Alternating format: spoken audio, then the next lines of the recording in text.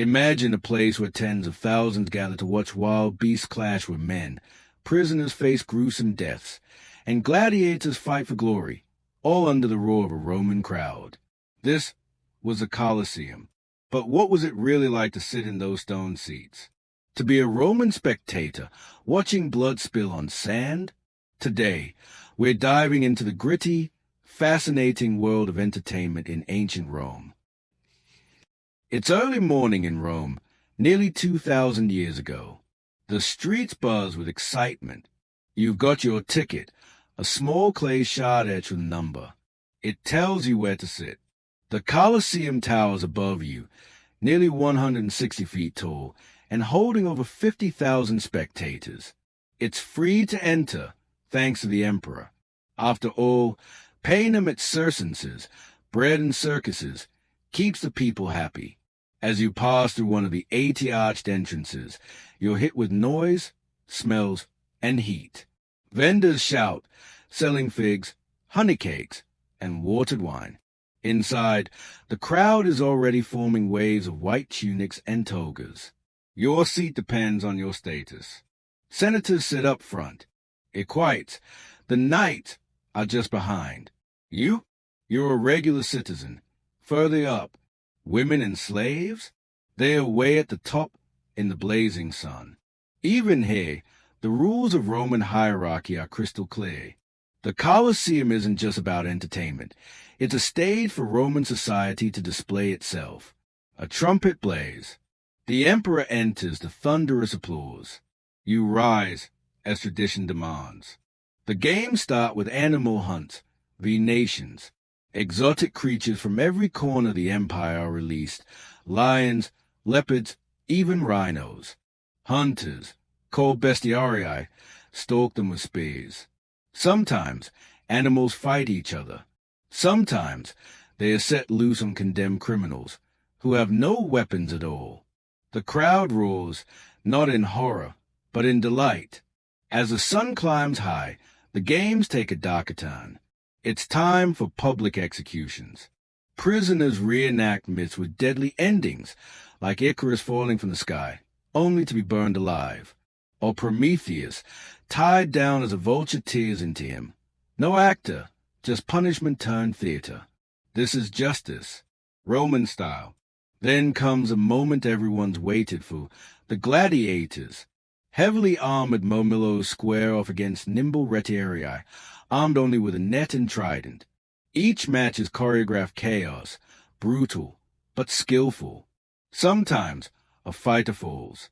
The crowd leans in. Thumbs turn, up or down, depending on popular myth.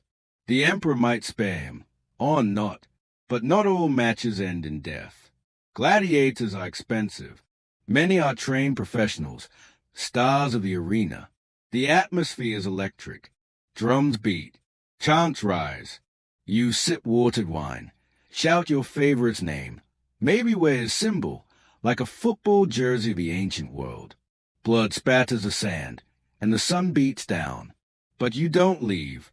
You're part of something bigger, a display of Roman might, control, and civilization over chaos. It's not just a show. It's propaganda wrapped in action. As the final match ends, the sand stained red, the crowd begins to pour out. Some head home. Others party in the streets. You feel exhausted, thrilled, and strangely satisfied. Tomorrow, you'll talk about the fights. Argue over who should have won. Praise or curse the emperor. You were there. You saw it. And soon, there will be more games. To be a spectator at the Colosseum was to witness the power and spectacle of Rome. It was thrilling, terrifying, and unforgettable. From the roars of lions to the cheers of the crowd, from noble pageantry to violent deaths, it was all part of the show. A world where entertainment and empire were one, where the crowd ruled as much as the emperor. And now, the moment everyone has been waiting for. Gladiators. The first pair enters the arena to cheers and chants. One wears the short sword and curved shield of a murmillo. His opponent, a retiarius, carries a net and trident.